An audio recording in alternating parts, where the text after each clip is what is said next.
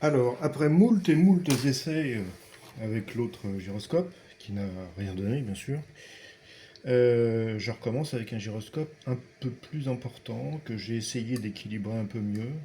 Voilà. C'est pas parfait, mais bon, voilà. Donc, il est là. Là, il manque des vis. Voilà, donc je précise que c'est important qu'il manque des vis, parce que quand je mets tous les boulons, comme j'ai fait l'essai au préalable pour confirmer la chose, quand je mets tous les boulons, il se passe absolument rien. Voilà, rien du tout. On a un gyroscope qui tourne dans un sens, on a le volant d'inertie qui tourne, et puis chacun fait sa vie dans son coin. Le volant d'inertie s'arrête, le gyroscope continue de tourner, plus ou moins longtemps, selon la force avec laquelle je l'ai lancé, et puis voilà.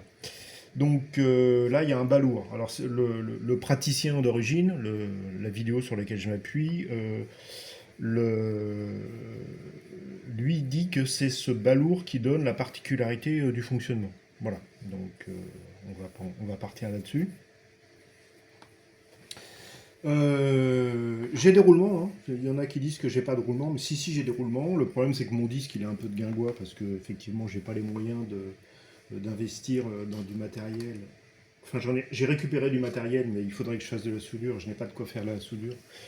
Donc, oui, c'est pas terrible, j'en conviens, mais en même temps, vu, le, vu le projet, je ne vais pas investir des milliers d'euros pour faire une maquette sans avoir détecté au moins une anomalie, parce que c'est comme ça que je fonctionne. Quand je fais de la recherche et développement, j'essaye de détecter des anomalies, et quand j'en détecte une, je travaille autour. Voilà. Donc pour l'instant, j'ai détecté aucune anomalie, mis à part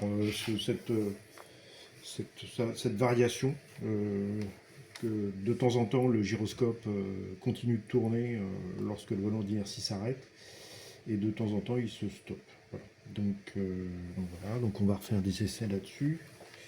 Donc rapide, on sort ça. Hop. Hop.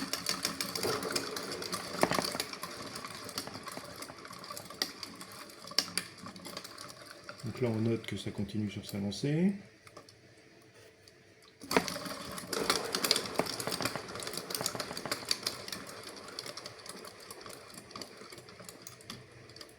Là on note que le gyroscope s'est arrêté.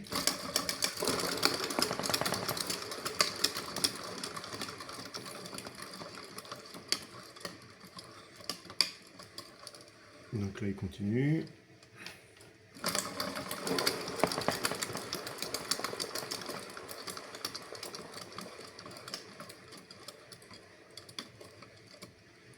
Donc là il s'est arrêté. Donc en fait la seule chose que je vois comme anomalie, c'est que de temps en temps le gyroscope se lance pour, pour un, comment dirais-je, pour une force de mise en rotation qui est ce qu'elle est. Hein. Je ne suis pas aussi précis que ça à la main, mais on voit bien que de temps en temps ça continue sur sa lancée et de temps en temps ça se stoppe. Donc voilà, donc c'est pour ça que je pense qu'il y a une adéquation de résonance qui doit se faire ou pas, qui fait qu'à un moment donné bah, ça se bloque, un peu comme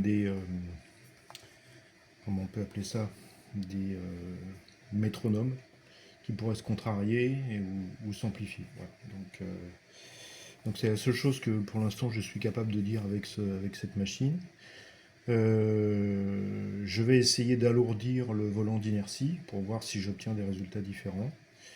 Voilà, donc la seule anomalie que j'ai notée, elle est la suivante. Alors effectivement, je fais avec les moyens que j'ai. Hein. Je ne suis pas millionnaire, donc je ne peux pas investir directement dans des choses qui coûteraient beaucoup d'argent. Donc voilà, mais, si je note une anomalie récurrente, à ce moment-là, peut-être que je passerai à une autre étape. Voilà.